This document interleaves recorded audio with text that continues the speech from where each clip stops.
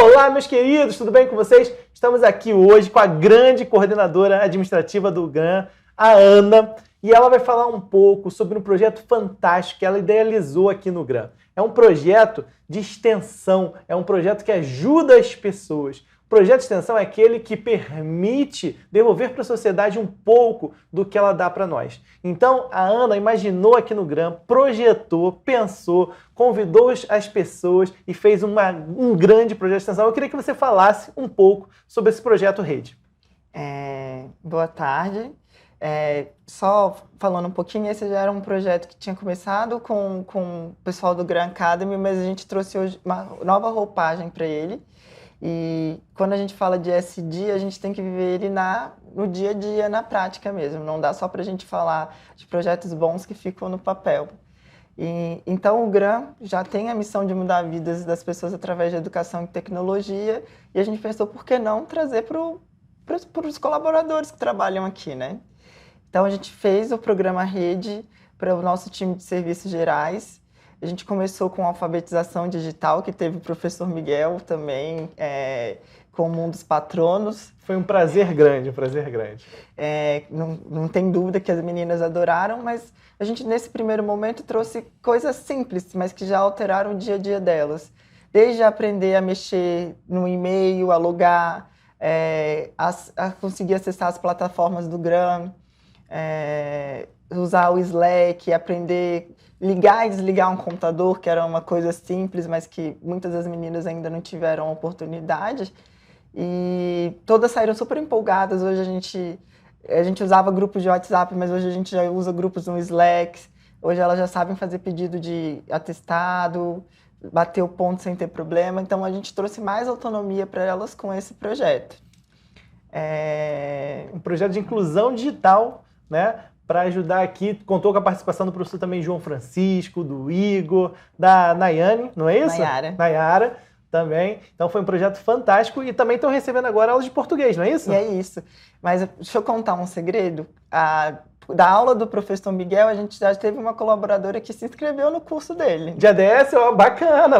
Ela gostou? Já está começando, já está desenvolvendo, daqui a pouco ela vai querer um estágio com você. Com certeza, vou ter o maior prazer em assinar, E assim, você falou dos impactos no dia a dia, que agora elas estão usando o Slack, elas estão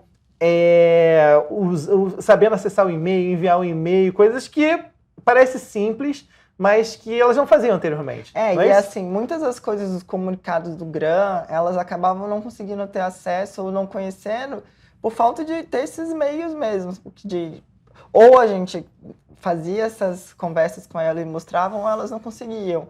Seja também para responder o nosso IFT ou alguma outra pesquisa, elas precisavam sempre ter alguém para ajudar. Agora, vai ser sozinha.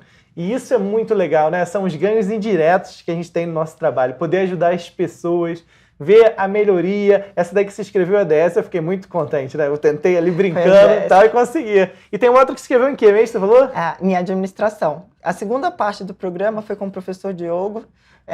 Ele é nosso professor da parte de concurso. Né?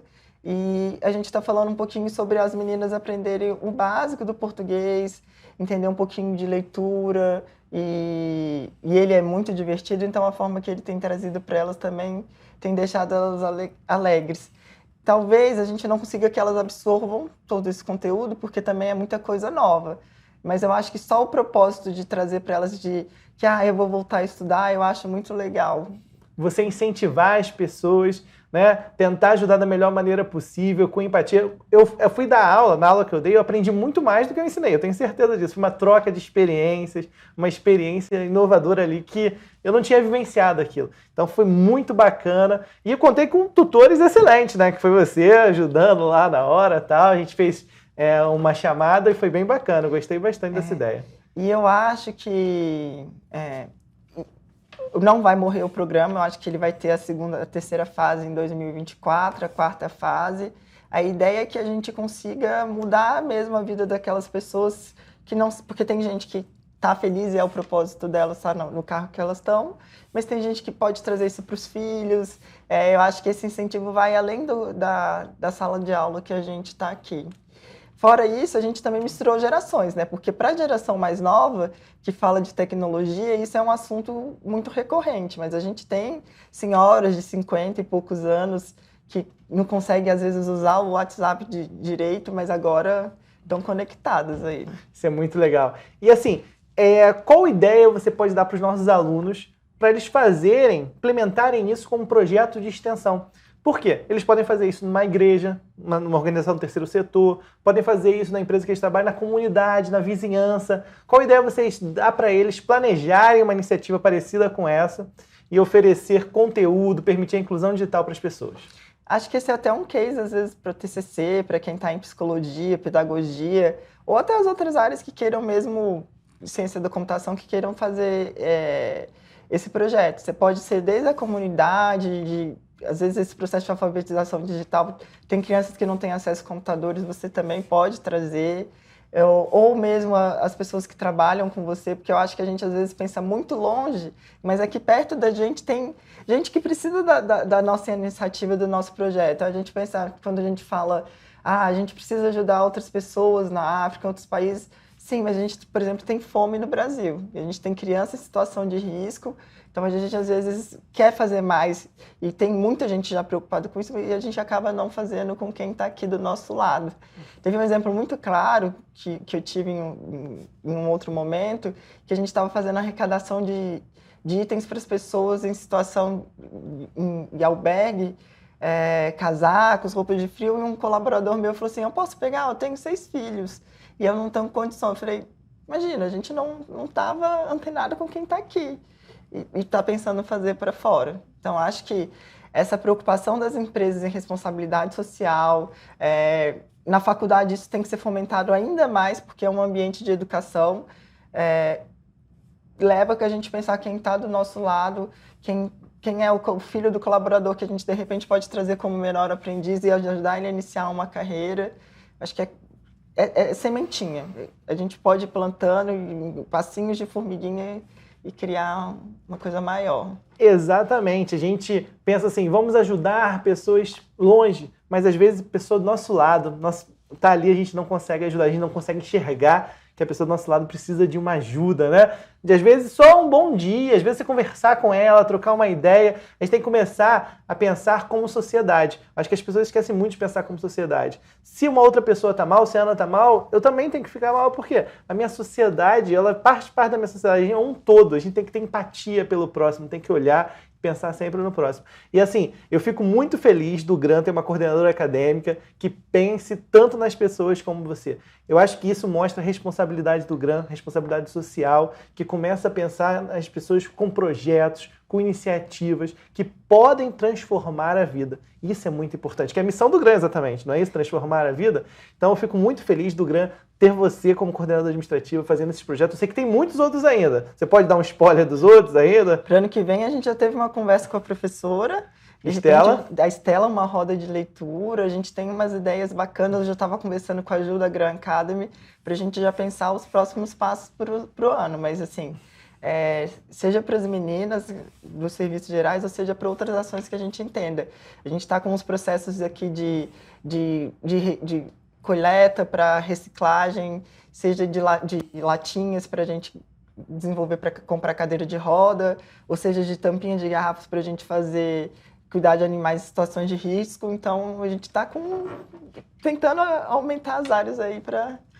Isso aí que a professora Ana está falando é extremamente importante. Se a gente quer mudar o mundo, a gente tem que começar com pequenas ações. Não adianta, vou criar paz mundial. Começa tentando melhorar ali a sua volta, a sociedade. Se todo mundo fizer essa parte, a gente consegue garantir a paz mundial, consegue melhorar o mundo. Mas tem que começar com pequenas ações. São pequenas ações que a gente consegue resolver grandes problemas. E esse projeto aí é muito mais do que a inclusão digital, é muito mais do que dicas de português, é muito mais do que leitura de livros. Se você tiver a chance, puder olhar lá no LinkedIn da Ana, tem fotos e tudo mais, é a recepção, né? A recepção amorosa pro projeto, todo mundo ganhou uma camisa, todo mundo se sentiu parte, é o pertencimento. Eu acho que isso é o fundamental. Você pertencer a algum lugar, você saber que você pode contar com as pessoas, é extremamente importante. Por isso que me deixa muito feliz ter você como coordenadora administrativa aqui do GRAM, porque você tem esse apelo da empatia,